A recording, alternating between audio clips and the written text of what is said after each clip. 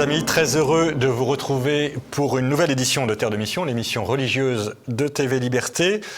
Bonne fête de la conversion de Saint-Paul. Nous sommes aujourd'hui le 25 janvier, nous fêtons Saint-Paul, colonne de l'Église romaine, voilà, comme Saint-Pierre, et donc belle occasion de se rappeler d'où nous venons. Au programme aujourd'hui, deux séquences. La première avec Marie-Lise Pellissier, porte-parole de la Marche pour la Vie. Nous allons faire ensemble un bilan de la Marche pour la Vie qui avait lieu dimanche dernier à Paris. Puis ensuite, je vous présenterai quelques livres, quelques recensions de livres, quelques suggestions de lecture pour les prochaines semaines.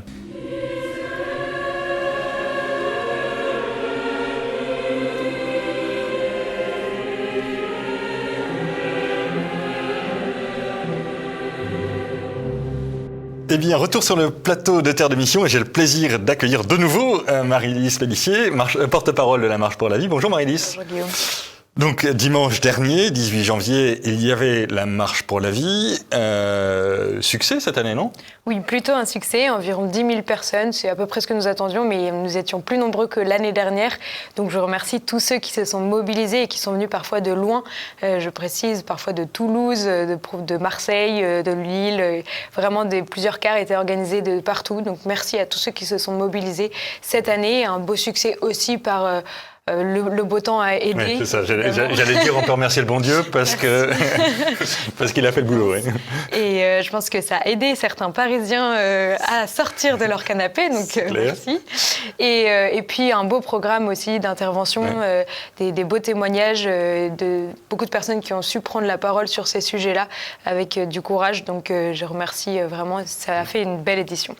Et puis alors pour les vieux cadres comme moi, je dois ajouter quand même un autre aspect de la question, c'est que c'est très impressionnant d'avoir autant de jeunes manifestants, autant de jeunes bénévoles. Cette manif n'est plus qu'une manif de gamins, si je puis dire. C'est le retour qu'on me fait beaucoup, effectivement. Encore hier, on m'a dit non mais c'est pas possible, en fait c'est que des enfants. Et la réaction de la personne en face, c'était on a envie de s'arrêter et de dire bon qu'est-ce qu'on fait maintenant avec tous ces jeunes, parce que les voir marcher dans la rue, c'est pas suffisant, il faut qu'on fasse quelque chose. Effectivement, alors heureusement il y a toujours les fidèles toujours qui sont là, parce que s'il y avait que des vingtenaires, j'ai lu sur les réseaux sociaux, ils y connaissent rien, ils sont pas concernés par la fin de vie. Alors j'ai tout de suite précisé que la fin de vie déjà ça concernait pas que les vieux.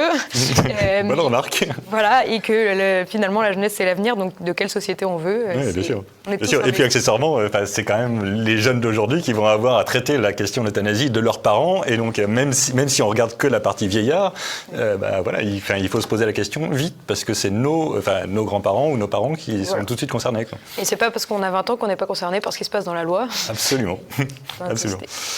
Et accessoirement, moi, je trouve absolument, vraiment magnifique que, c'est une manifestation qui est à la fois grave, parce que le sujet est quand même pas hyper glamour, il faut dire les choses comme elles sont, c'est la culture de mort, on regarde en face l'avortement, l'euthanasie, c'est pas hyper glamour, mais c'est en même temps une manifestation joyeuse, c'est une manifestation de défense de la vie, de célébration de la vie, c'est pas une manifestation morbide. Non, et on nous le reproche parfois, et pourtant on y tient parce que si on commençait à faire des cortèges funèbres, alors oui, ça pourrait être une option, mais je pense qu'en fait, on est là pour porter l'espérance et porter la joie, et pour bien dire qu'on n'est pas là pour accuser, pour toujours dénoncer, même si on dénonce aussi. On est là pour porter un message qui est positif et qui est, en fait, le respect de la vie, c'est l'accompagner, c'est accompagner les personnes. Et le fait de voir toute cette jeunesse, cette joie-là, ça montre... En fait, que ces personnes-là aussi sont prêtes à s'engager sur le terrain, à porter ce message dans toute la société. Et je pense qu'il faut garder cet aspect joyeux, même si aussi on a un aspect plus grave. On essaye de composer plusieurs moments. On a une minute de silence au moment de la marche qui est très forte aussi, parce qu'on arrive à faire taire 10 000 personnes. Et pour montrer, oui, en fait, on parle quand même de vies humaines qui sont éliminées. Mais c'est toujours la joie qui prend le dessus. Et puis, je trouve qu'il y a aussi un équilibre à tenir qui est assez bien tenu, alors qui est toujours, c'est un équilibre, mais entre la partie joyeuse et la partie priante, il y a en fin de cortège 2 ou 3 000 personnes qui récitent le rosaire, et je pense qu'on a besoin de ça pour que devant il y ait de la joie. Enfin, on a besoin des deux, quoi. Chacun trouve sa place. Exactement.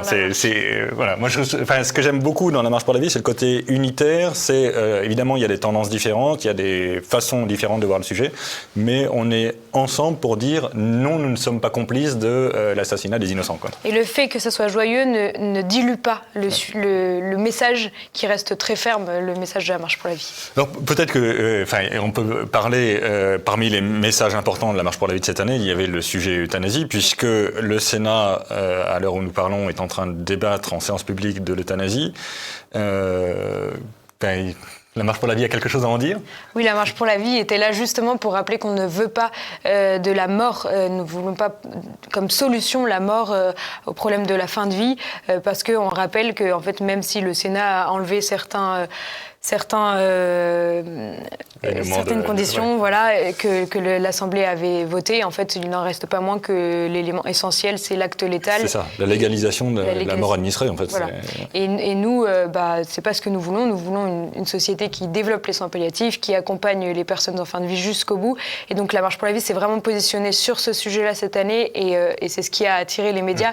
Et bon, le petit regret qu'on a quand même, c'est que vu la gravité du sujet et de cette loi, on aurait quand même pu espérer le double de personnes à la Marche pour la vie.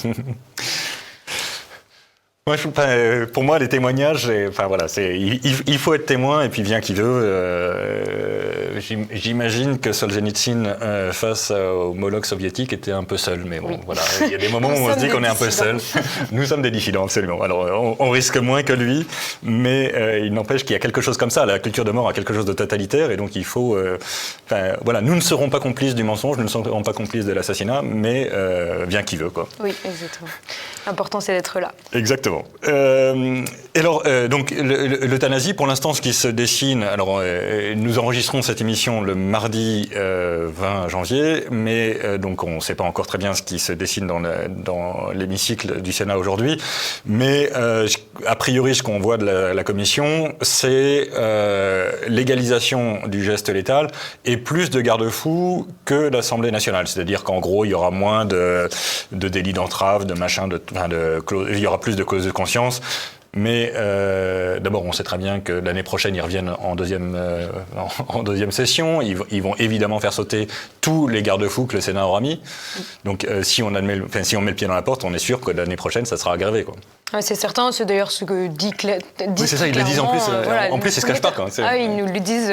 Pour l'instant, c'est pour les majeurs. Après, ça sera pour les mineurs.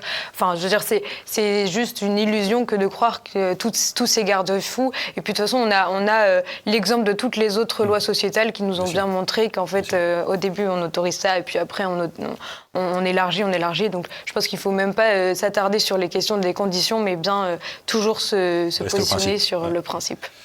Juste, chers amis téléspectateurs, que vous ayez en tête, quand même, la version de l'Assemblée, alors qui ne sera peut-être pas la version finale, mais la version de l'Assemblée prévoit quand même qu'un médecin qui essaye de décourager quelqu'un de demander l'euthanasie est potentiellement passible de délit d'entrave, ce qui est lunaire, quand il fait son boulot, quoi. Donc, le fait d'être un médecin et pas un assassin peut devenir un motif d'aller en prison. Et c'est le cas pour les psychiatres et les psychologues aussi, qui pourtant, leur travail dans les hôpitaux psychiatriques, c'est justement de prévenir le suicide. Enfin, c'est complètement fou, quoi. Un pompier doit retenir la personne qui veut se suicider, qui veut se jeter d'un pont, mais doit le pousser quand il le demande. Enfin, ça n'a aucun sens. Et dès les premiers articles de la loi, on fait passer d'ailleurs le fait de donner la mort comme un soin. Or, tous les médecins, tous les médecins non malheureusement, mais une grande majorité, ils sont opposés, ce qui est tout à fait normal puisque c'est complètement contraire à leur vocation. Oui. Et puis, au serment qu'ils ont prêté quand même, ça peut compter encore chez certaines personnes. Quand on a prêté le serment d'Hippocrate, en principe, on essaye de s'y tenir. Alors, il a déjà été pas mal ruiné précédemment, mais ça n'empêche pas que... Bon, bref. Et vous allez faire quelque chose avec la Marche pour la vie contre l'euthanasie au Sénat ou... La Marche pour la vie vous restez mobilisée et invite toutes les personnes, tous les marcheurs et tous les adhérents de la Marche pour la vie à toujours se mobiliser. Il y aura une mobilisation unitaire portée par portée par aucune association, mais par toutes les... Encouragée par l'association Pro-Vie. Voilà, exactement, qui aura lieu la veille du vote solennel au Sénat, donc c'est-à-dire le 27 au soir devant le Sénat, justement pendant que nos sénateurs débattront. Bon, bah écoute, on espère qu'ils entendront l'Esprit Saint parce qu'il va falloir prier quand même. Hein. Et notamment, il faut pas oublier qu'en fait, il y a quand même beaucoup de sénateurs de droite qui sont opposés à l'euthanasie, mais qui n'osent pas voter contre parce qu'ils se disent que en fait, toute la société est pour, donc il serait de vieux ringards de voter contre. Et nous sommes là pour leur dire non, c'est faux, la société n'est pas du tout pour. Et en fait, c'est parce qu'on leur pose des questions galvaudées. Bien sûr. Oui, ça, il faut le rappeler aussi, quand on dit 80% ou je ne sais plus combien des Français veulent l'euthanasie, c'est pas du tout vrai. D'abord, c'est une préoccupation très mineure. Tous les sondages disent que c'est la 10e, 16e ou 18e préoccupation des Français, la fin de vie. Et quand on leur pose le détail sur la fin de vie, ils veulent ne pas souffrir. Je pense qu'on est tous dans le même cas, évidemment que personne d'entre nous ne veut souffrir. Et donc, concrètement, ça veut dire qu'ils veulent le développement des soins palliatifs. Or, si vous avez l'euthanasie, vous tuez les soins palliatifs. C'est le premier euthanasié. Et c'est assez impressionnant, à chaque fois que je discute avec les gens dans la rue et que je pose la question est-ce que vous êtes pour l'euthanasie, à chaque fois ils m'exposent un cas, déjà très souvent un cas personnel, mais en fait un cas d'acharnement thérapeutique. Où en fait ce qu'ils veulent c'est juste, on ne veut pas prolonger les traitements, etc. Et en fait, à chaque fois je leur dis déjà c'est interdit par la loi, alors ça ne veut pas dire que certains peut-être font des erreurs, mais c'est interdit par la loi et les soins palliatifs sont venus répondre justement à cette question de l'acharnement thérapeutique. Donc en fait personne n'est pour l'acharnement thérapeutique. On est pour qu'on accompagne et qu'on aide véritablement à mourir, parce que la véritable aide à mourir, ce sont les soins palliatifs, et ce ne sont pas le fait de tuer, puisque le fait de tuer n'aide pas à mourir, ça tue. Ça tue, c'est ça. C'est pas une aide. Ouais. Merci beaucoup, Marie-Lise. Est-ce que vous voulez ajouter un dernier mot ? Est-ce que vous avez un regret, par exemple, sur la marche pour la vie ? Encore une fois, je remercie tous ceux qui sont venus. Je remercie Monseigneur Rey qui est venu et qui a représenté l'Église. Premier évêque. Voilà, et j'invite nos évêques à venir devant le Sénat, la prochaine mobilisation. Et puis, j'invite aussi à signer la pétition contre l'euthanasie qui est portée notamment par la Fondation Jérôme Lejeune, parce que c'est aussi une manière de montrer que nous sommes nombreux à être contre et continuer à prier et à manifester, à écrire à nos sénateurs aussi. Oui, c'est ça. Faut pas perdre de vue, comme assistant parlementaire de sénateur ancien, je peux vous dire que le fait de recevoir des mots, ça fait pas changer le vote en général, mais ça peut quand même un peu aider ceux qui sont hésitants. D'autant qu'il faut que vous ayez en tête, chers amis téléspectateurs, que vous en savez probablement plus que votre sénateur sur la loi qu'ils vont voter. En fait, c'est fascinant de voir à quel point les parlementaires votent des textes sans les lire. Moi, je me souviens, la dernière loi de bioéthique, j'ai croisé pas mal de sénateurs, mais 1 heure avant le vote, qui me demandaient ce que je pensais de la PMA pour les lesbiennes. Et je dis, évidemment pourquoi j'étais opposé, mais je dis, mais c'est pas du tout le plus grave dans la loi. Et donc, je parle des embryons chimériques, parce que vous savez peut-être que maintenant, on peut faire des embryons souris-hommes. Et donc c'est légal. Et alors les types me regardaient avec des yeux comme des soucoupes sur le thème, mais tu racontes n'importe quoi. Je dis, regardez, c'est la loi que vous allez voter. Et ils n'avaient pas lu. Donc s'il vous plaît, lisez la loi et faites-la lire à vos parlementaires. Il faut qu'ils sachent, franchement, aujourd'hui, un diabétique peut être assassiné. Oui. C'est quand même, on est éligible quand on est diabétique à l'euthanasie. Oui, donc c'est pas une mort de demain matin. On peut vivre des dizaines d'années avec le diabète. Donc écrivons à nos députés. Écoutons aussi les personnes vulnérables éligibles à l'euthanasie qui, elles, prennent la parole. Je pense Absolument. Au collectif Les Éligibles, qui a sorti un film, d'ailleurs, tout récemment, que j'invite à regarder parce qu'eux, ils nous disent vraiment ce qu'ils vivent et comment ils reçoivent cette loi. Et c'est une brutalité inouïe pour eux. Enfin, concrètement, on leur dit que leur vie ne mérite pas d'être vécue. Quoi. C'est horrible de dire ça. Et Maxence a donné un très beau témoignage à la Marche pour la vie. Justement, il voulait témoigner que, en fait, malgré le fait qu'on soit dépendant, handicapé, en fauteuil roulant et éligible à l'euthanasie, eh bien, on peut vivre quand même une belle vie si on est pris en charge. C'est ça. Merci Marie-Lise et écoutez, au mardi 27 donc, pour cette nouvelle mobilisation. Et d'ici là, évidemment, écrivez à vos sénateurs, mobilisez-vous, faites connaître le sujet. Rien n'est joué. Merci Marie-Lise.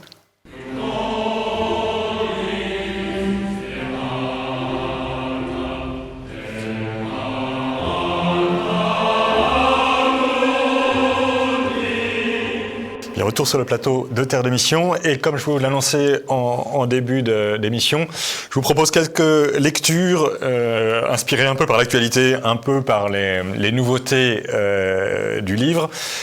La première lecture que je vous suggère, c'est de Francis Joubert, un petit opuscule qui s'appelle L'eugénisme qui vient, que j'ai édité moi-même aux presses de la Délivrance. Ce livre est tout à fait important. C'est en marge du débat sur l'euthanasie, qu'est-ce que ça dit de notre conception de la nature humaine et en particulier, qu'est-ce que ça dit de l'eugénisme qui sournoisement revient. Voilà, Francis Joubert, L'eugénisme qui vient, c'est vraiment un petit livre à lire et à faire lire. Deuxième ouvrage que je ne saurais trop vous conseiller, le père Philippe-Marie Marjolidon. J'en ai déjà plusieurs fois parlé sur ce plateau. Le père Marjolidon est un dominicain et il publie assez régulièrement aux éditions Saint-Léger tel sujet de théologie avec Thomas d'Aquin. Et là, je voulais vous proposer, que j'ai reçu récemment, Dieu sauveur, la Christologie avec Thomas d'Aquin. Donc, qu'est-ce que saint Thomas nous dit du Christ en tant qu'il nous sauve ? C'est vraiment c'est de la belle théologie orthodoxe, claire, c'est pas jargonnant, ça nous dit assez clairement les débats qui ont entouré cette question, qui est une question importante évidemment pour notre foi, mais et qui ont été traités comme toutes les questions quasiment magnifiquement par saint Thomas d'Aquin. Voilà, vraiment, si vous avez l'occasion de tomber sur ces petits livres, quelque chose avec Thomas d'Aquin du père Marjolidon, c'est vraiment des très bons ouvrages. Je peux pas dire de vulgarisation parce que c'est pas vraiment de la vulgarisation, mais c'est des ouvrages qui sont accessibles, mais qui sont très profonds et qui sont très stimulants. Les éditions Artege viennent de publier un recueil de textes du cardinal Prévost, que nous connaissons maintenant comme le pape Léon XIII. Ils ont réuni ça sous le titre « Faire l'expérience du Christ ». Là aussi, je vous conseille, moi j'ai pas tout lu, mais j'ai lu un certain nombre de textes de ce petit livre, parce que, en particulier, ça nous permet de comprendre un peu mieux qui est notre nouveau pape, dont on ne sait pas encore grand-chose, évidemment. Moi, j'avoue que je l'avais moyennement identifié avant son élection. Donc, voilà, lire ce qu'il a écrit avant est une bonne façon d'apprendre à le connaître. Faire l'expérience du Christ, c'est donc au cœur de la pensée et la spiritualité du pape Léon XIV, texte inédit aux éditions Artege. Via Romana publie très régulièrement l'abbé Troadec, le mois un tel au jour le jour. C'est des petits livres de spiritualité. Là aussi, on en a besoin. C'est pas des grands manuels de théologie, mais ça nous permet de nous dire tiens, ce mois-ci, cette année, je vais faire un peu attention. Là, en l'occurrence, c'est le mois du Sacré-Cœur au jour le jour, et donc chaque jour du mois de juin, voilà comment je me prépare à la consécration au Sacré-Cœur en particulier. Voilà, c'est un des charmes des éditions Via Romana, que par ailleurs, comme vous savez, j'aime beaucoup parce que c'est des vraiment belles petites éditions courageuses catholiques qui tiennent depuis longtemps et qui font vraiment un très beau travail dissident, si je puis dire, enfin le même genre de travail que TV Liberté dans un autre domaine, c'est un autre créneau, mais je pense qu'on a vraiment besoin de tout. Voilà, et l'abbé Troadec est un magnifique guide spirituel pour la vie quotidienne en fait du foyer chrétien. Rien à voir, un tout autre style, Grégory Saltz, comme vous connaissez peut-être, j'en ai déjà parlé plusieurs fois sur ce plateau, qui est notamment, qui écrit des fabuleuses histoires de Jean et Henri, qui se suivent un peu, mais qui sont autonomes les uns des autres. Et là, j'ai reçu il n'y a pas très longtemps, donc les fabuleuses aventures de Jean et Henri, La Revanche des Brigands, voilà, qui est le 3e volume de la série. Ça paraît chez Teki Éditions. Pierre Teki, pareil, vous connaissez bien, j'en fais souvent la promotion, c'est une belle maison qui mérite, voilà, toutes ces maisons que j'évoque méritent vraiment d'être soutenues, elles font un très beau travail. Le moins qu'on puisse dire, c'est que le marché de l'édition ne nous est pas extraordinairement favorable, et voilà, chapeau à ces courageux éditeurs qui tiennent. Adieu à César, il me semble que j'en ai déjà parlé ici, mais j'y reviens parce que vous savez, donc on fêtait le centenaire de Quas Primas. Il y a en ce moment un grand débat qui monte dans l'Église sur le rapport du chrétien et de l'Église à la politique. Adieu à César, c'est un recueil de plusieurs interventions autour de la théologie politique. Je citerai, mais je vais pas tous les nommer, mais parmi les personnes qui sont dedans, il y a mon directeur de thèse, Pierre Manant, qui est un des plus grands philosophes politiques du temps, l'excellent dominicain Bernard Brodin, qui est venu ici une ou deux fois. Voilà, Denis Sureau, des personnes comme ça. Pardon pour ceux que j'oublie, mais j'ai pas le temps de les mentionner tous. C'est des contributions qui ont été faites dans le cadre du séminaire de théologie politique, d'un séminaire qui était organisé à Lyon, et vraiment ça mérite d'être lu. Méditer, la théologie politique redevient à la mode, si je puis dire. Donc voilà, profitons-en. Et sous la conduite de ces grands penseurs, ça mérite d'autant mieux d'être médité. Et puis, dernière chose, j'ai une tendresse particulière pour les éditions du Carmel aussi. D'abord parce que le Carmel est un très bel ordre, très spirituel et très apostolique, les deux à la fois. Et les éditions du Carmel ont publié récemment le frère Jean-Raphaël Walker, alors pardon, je ne savais pas qui c'était, mais donc Carme évidemment, mais qui vient de publier 4 chemins vers le cœur, quelques chemins pour rentrer dans le château intérieur avec Thérèse d'Avila. C'est voilà, une très belle introduction. Ça remplacera pas la lecture de Sainte Thérèse d'Avila, mais c'est une très belle introduction. Beaucoup d'entre nous, on est un peu terrorisés à l'idée de rentrer dans l'œuvre d'une si grande sainte, mais voilà, ce moine qui la connaît, j'allais dire par cœur, parce qu'il a été formé à son école, nous guide merveilleusement. C'est petit, hein, ça fait 150 pages. C'est comme souvent les grands spirituels, c'est simple, c'est pas. Mais évidemment, quand vous commencez à rentrer dans le truc, vous dites qu'il y a un peu de chemin. Enfin, en tout cas, moi, je me dis ça. Voilà. Je suis heureux de terminer. C'est un peu le hasard qui fait ça, mais je suis heureux de terminer sur ce petit opuscule parce que ça résume assez bien cette petite session de recension. C'est à la fois une très bonne façon d'aller évangéliser et une très bonne façon de se ressourcer et d'approfondir sa vie intérieure. Ainsi s'achève notre émission. Nous nous retrouvons la semaine prochaine et d'ici là, que Dieu nous garde.